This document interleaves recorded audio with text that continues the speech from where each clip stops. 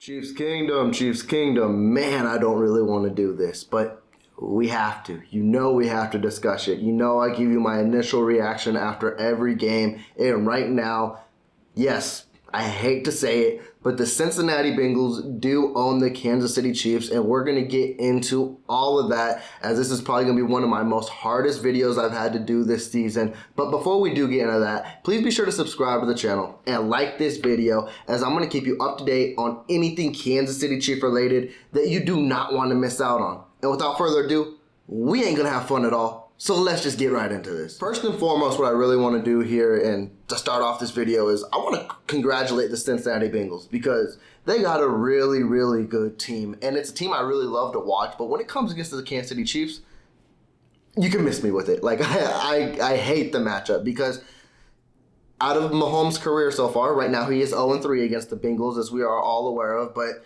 that's a matchup that the Kansas City Chiefs in his career have struggled against. And that's very rare, because in this era, we're used to Kansas City dominating opponents. But the Cincinnati Bengals bring a different task, which we will discuss more in this video.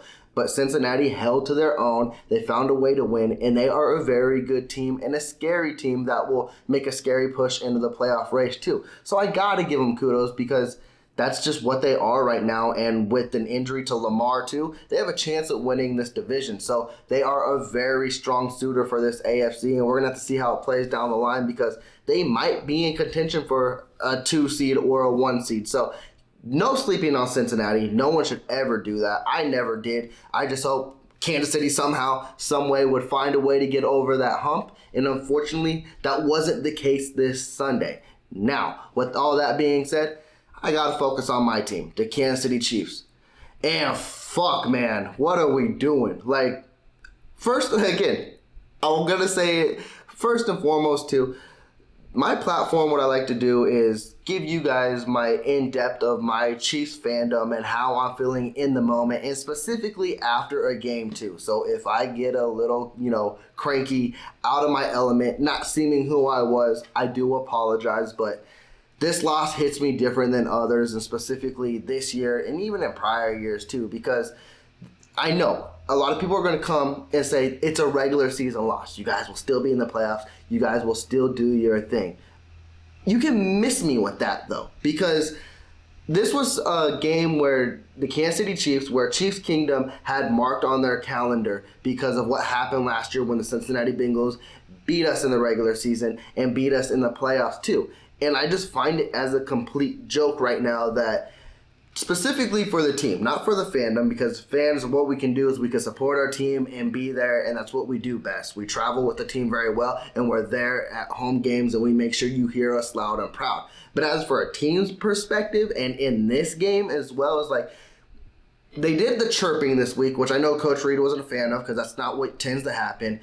But we all knew this was a game marked on their calendar. And for them to show the kind of performance they showed in this game, for a game that is marked on your calendar, circled, and you want to make a revenge game out of it, it's a complete joke to me. And I'm having trouble deciding, but not really, on who I want to put most of the blame on too, because a lot of people will go to the players and be like, oh, Josh Williams gave up a catch to T. Higgins that sealed the game, and all these things happen, Travis Kelce fumble, yada, yada, yada. But I'm leaning towards blaming the coaching and blaming the schemes on both sides of the ball, offense and defense.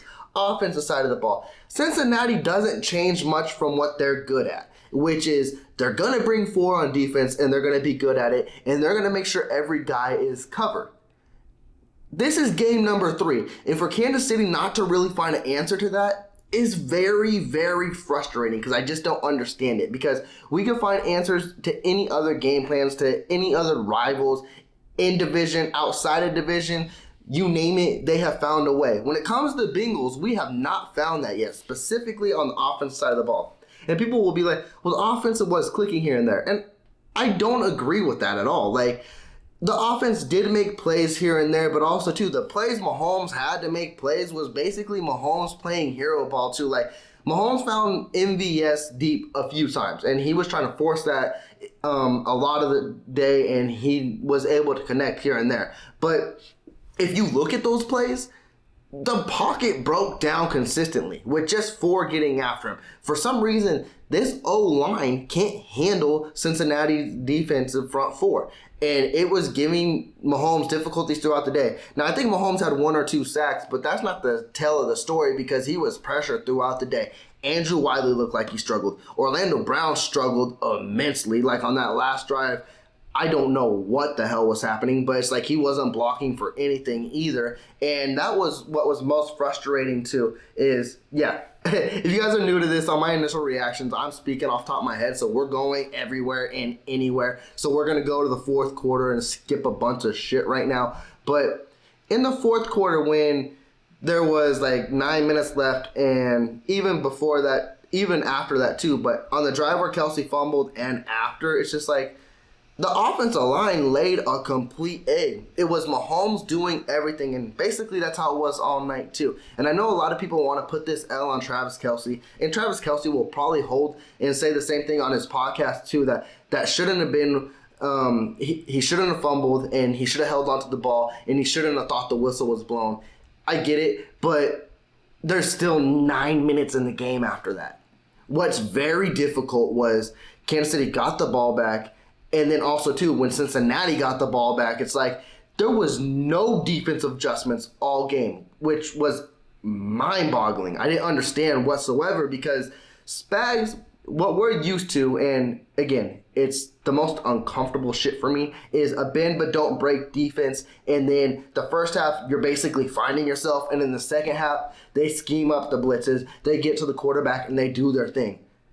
That didn't even happen in the second half. It's like, basically, this game, he stuck to every other game plan against the Cincinnati Bengals, which was like, hey guys, hold your own. We're going to play our zone defense. You do what you do. Has that worked in the past? Not at all. So why are we doing the same shit? It doesn't make sense. Like, at that point, I get it if you call a blitz and you still get burned. Shit, at least you're giving an effort and laying a lick on Burrow. Like, Cincinnati does not have the greatest offensive line, so get to him. And it's basically we were trying to play Cincinnati's game, and our front 4 was not touching him whatsoever. In that case, adjust. Send Snead. Did we even blitz Snead once? Did we blitz a safety at all? That is so unrare. We usually blitz the safeties like crazy, and that just did not happen.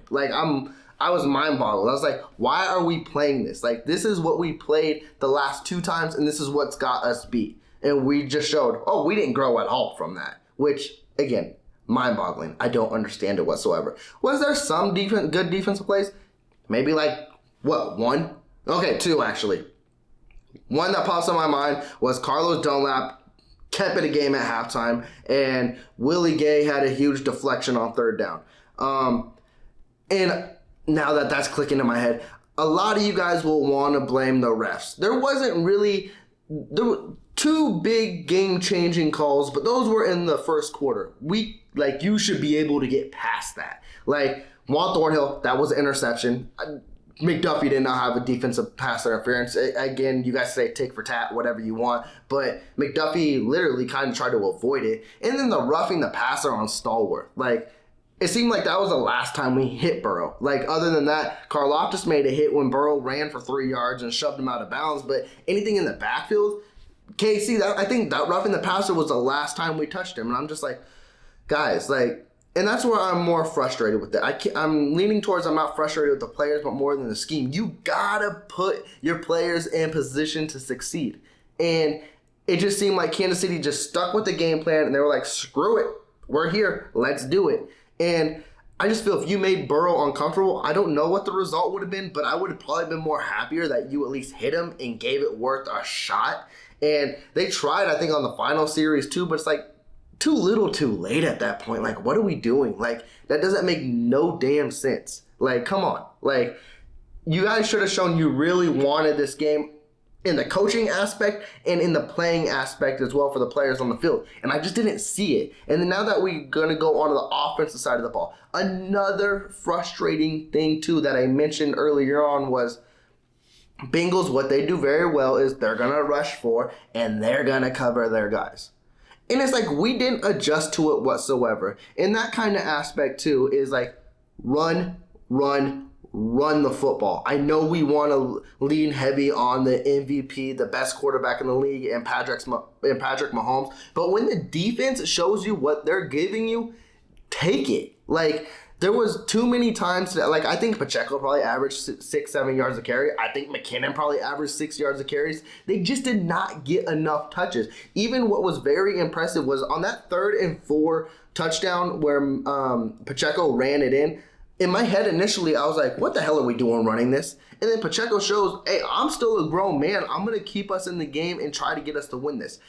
Running the ball was the key in this game, and then maybe it would have dropped more of those players in coverage in, and then you could throw the ball around too. Like, I'm not saying Kansas City struggled passing the ball, but at the end of the day, when the Cincinnati Bengals front four was getting there and making Mahomes uncomfortable, take some of that pressure off of your MVP quarterback, off of the franchise player. Come on now, like, run the ball. That's what they were giving up. And I think that's what Cincinnati tends to do through, like, in the past couple games too. And it's like, we just abandon it. And it makes no sense either. Like, Pacheco was having a great game. And I just feel like it could have been way, way more better. And it just doesn't make no damn sense.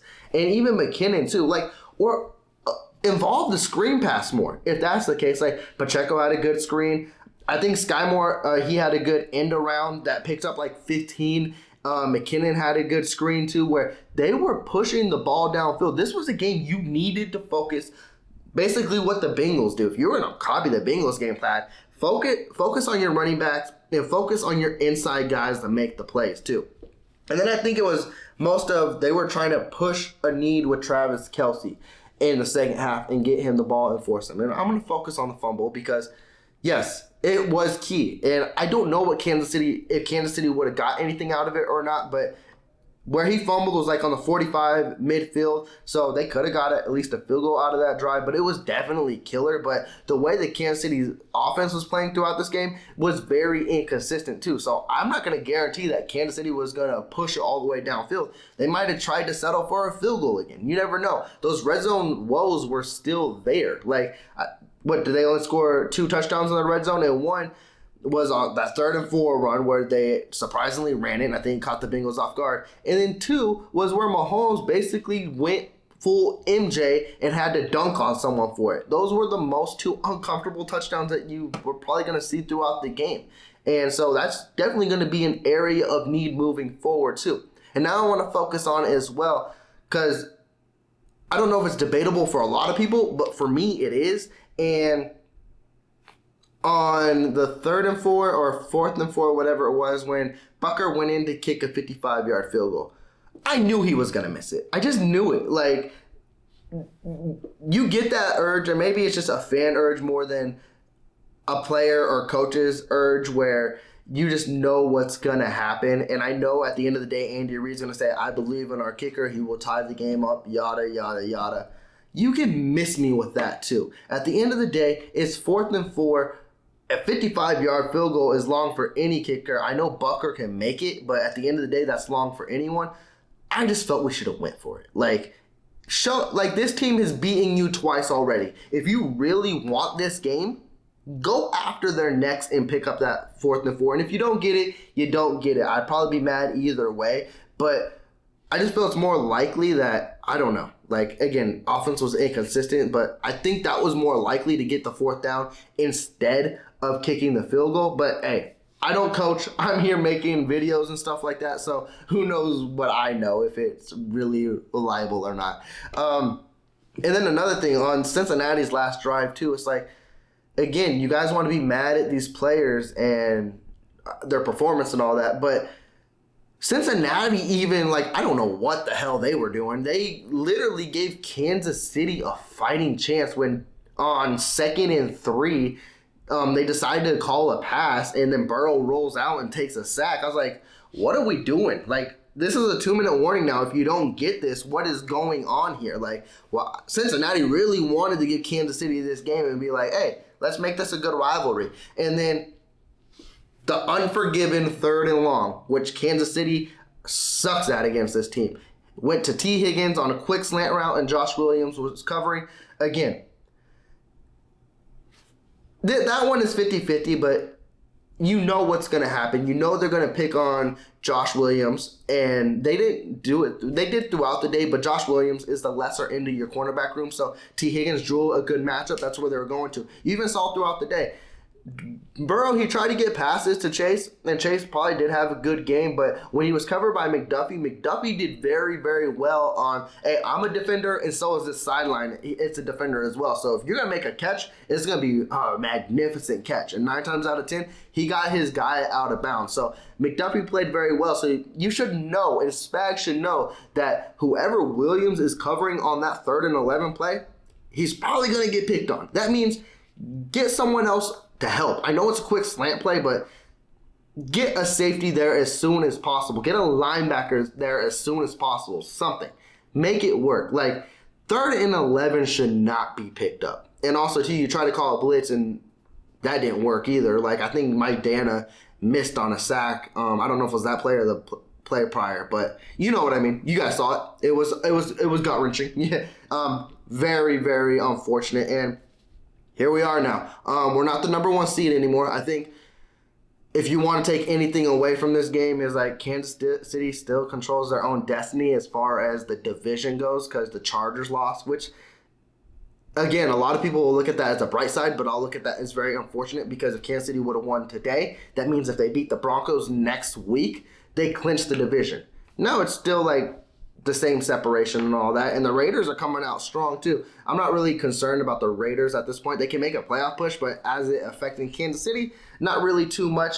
I will say playing the Broncos next week concerns me to an extent. Their defense is legit, you guys. Now, I know Kansas City probably needs to score 1 or 2 touchdowns and they'll win the game. That will be the case.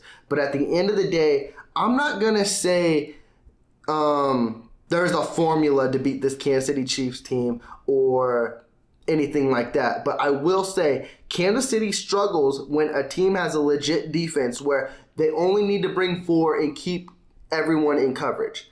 Now, when teams adjust from that, that's when Kansas City does really good. But when it's just like that where teams don't blitz and they can bring their 4 and the coverage stays the same, this team tends to not scheme up the right plays. And also, too, I don't want to be that guy either, but I know this is just a regular season game, but I don't care either. Like, I wanted to get that monkey off of our back, too. And then also the media off our back, too, because now this is just going to be a damn shitty week. Like, Cincinnati is going to go nuts on us. And let's face it, they have every right to. They've earned it. And also, like, now you don't really strike any fear into the Bengals whatsoever. And rightfully so. Like, they have your number. They don't, if anything, that's what I want to see moving forward now, because this can be a very demoralizing loss for any team, and I want to see how coaches bring it together, because a lot of people will think I'm overreacting here, but when a team has your number like that, that can stick into some players' heads, and they be like,